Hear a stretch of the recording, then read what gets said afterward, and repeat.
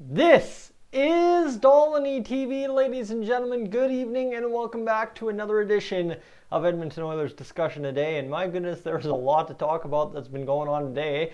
From the rumors about Claude Giroux to rumors about that new Oilers jersey about to be revealed. Ooh, if I can turn my thumb that way, there we go. To this coming in from Kevin Weeks just moments ago.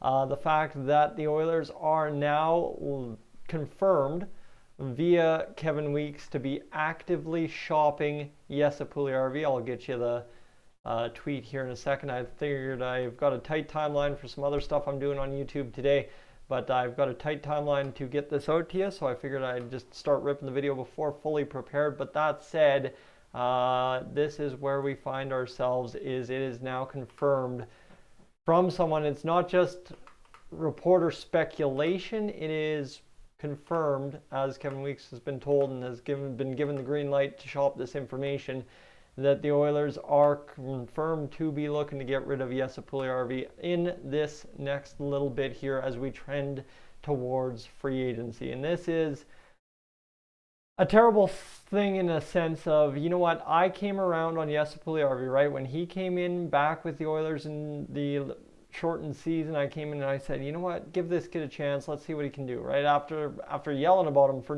dang near 2 years. I literally was one of the loudest voices anti-Puljujarvi on YouTube for 2 years of the time I spent doing this thing. And then, well, we gave him a chance and look what happened. Now, what I've noticed kind of happening here in the past couple of weeks is there's always, every time everybody gets very uppity about Jesse Puljujarvi one way or the other, there's always a sensible voice that comes in and kind of reconciles what happened with Puljujarvi this season. And this could be similar to the situation that we found ourselves in last time around when the Oilers were actively shopping Jesse Puljujarvi, is the fact of an injury and an illness. So in the middle part of this year, Puljujarvi was out of the lineup with illness, and then of course he was also injured, missed some time, came back, and his role was diminished. Now, how much of that, and especially with all the reporting we've had about Jesse Puljujarvi, is due directly to illness and injury, I can't say for sure, you can't say for sure, nobody can say for sure, other than the staff, the trainers, and the general manager in the room who know what the situation was all the way around.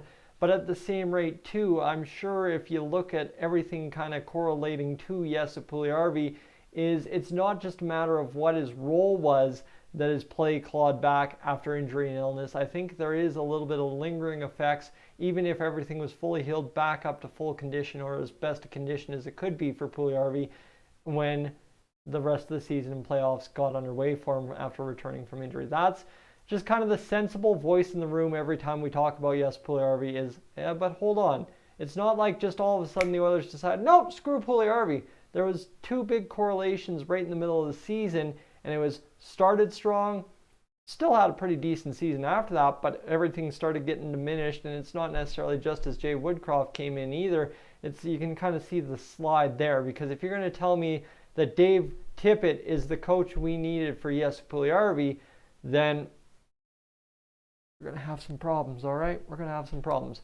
But that said, this is where we find ourselves. The Oilers actively looking to shop Jesse Puljujarvi around ahead of, well, Thursday's draft, ahead of free agency opening next week, and ahead of a big summer of changes coming up for the Edmonton Oilers.